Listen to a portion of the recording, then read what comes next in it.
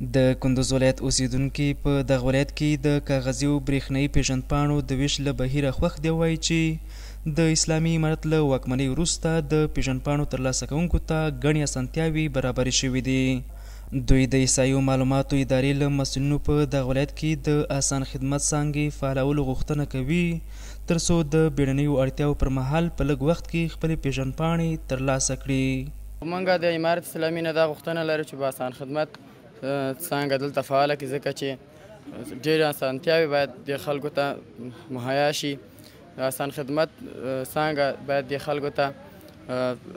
فعاله کړي چې خلک وکولی شي په آسان او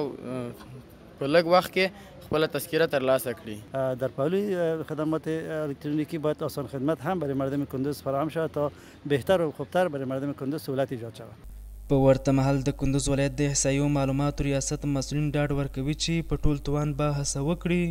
څو دغه ولایت کې د آسان خدمت څانګه فعاله کړي.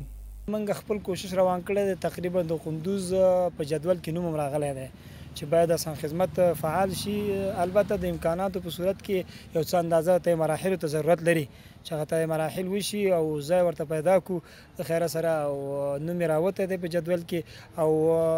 ګټې ډېرې زیاتې دي ځکه چې دغه کوم سړی چې پر دې مثال په هفته کې یا یو میاشت کې تذکره اخلي، نو آسان خدمت د طریقه چې کله تذکره اخیستل کېږي نو هغه کیدای شي چې په هفته کې دننه دغه کار خلاص شي، او د هغې د لارې نه موږ